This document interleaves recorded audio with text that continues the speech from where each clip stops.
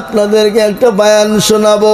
একজন নবীর সাহাবা, দেখতে ভালো না, কালো গো, দেখতে কালো, যাকে সব থেকে বেশি কালো বলা হয়, যাকে গোরাবুল আরব বলা হয়, মক্কার মাটিতে সব থেকে কালো, ঠোঁটগালা মোটা মোটা, কেউ তাকে ভালোবাসে না।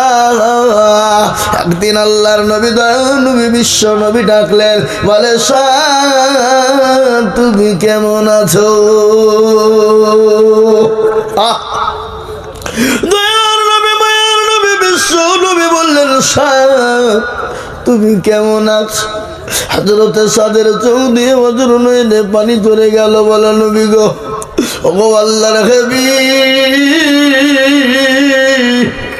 আমাকে আজ পর্যন্ত কেউ কোনোদিন জিজ্ঞাসা করেনি। বলে, সাদরা, তুমি কেমন আছো? কিন্তু নবী গো, আজ আপনি জিজ্ঞাসা করেছেন গো হাবিব। ওগো দয়ার নবী,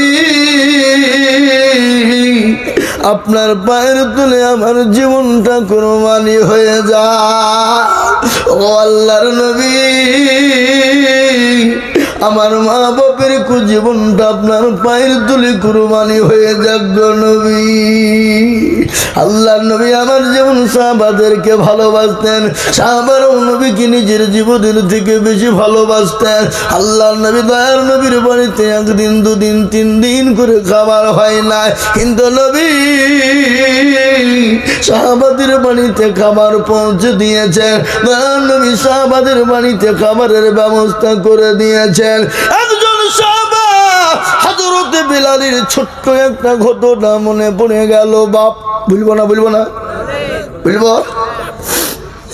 হযরতে বিলাল বড় অসহায় গরিব মানুষ। উবাই ইবনে খলবের বাড়িতে তিনি কাজ করতেন, কর্মচারী। বোঝেন তো? এই বোঝেন না? জাহেলিয়াতের জামানা।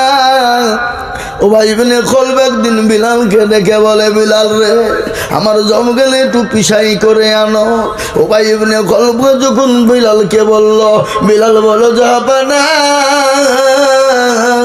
আমি বড় অসুস্থ, একটা দিন আমাকে কোনো রকম করে আপনি রেস্ট দেন, আমি প্রচন্ড জ্বর, আমি উঠতে পারিনি।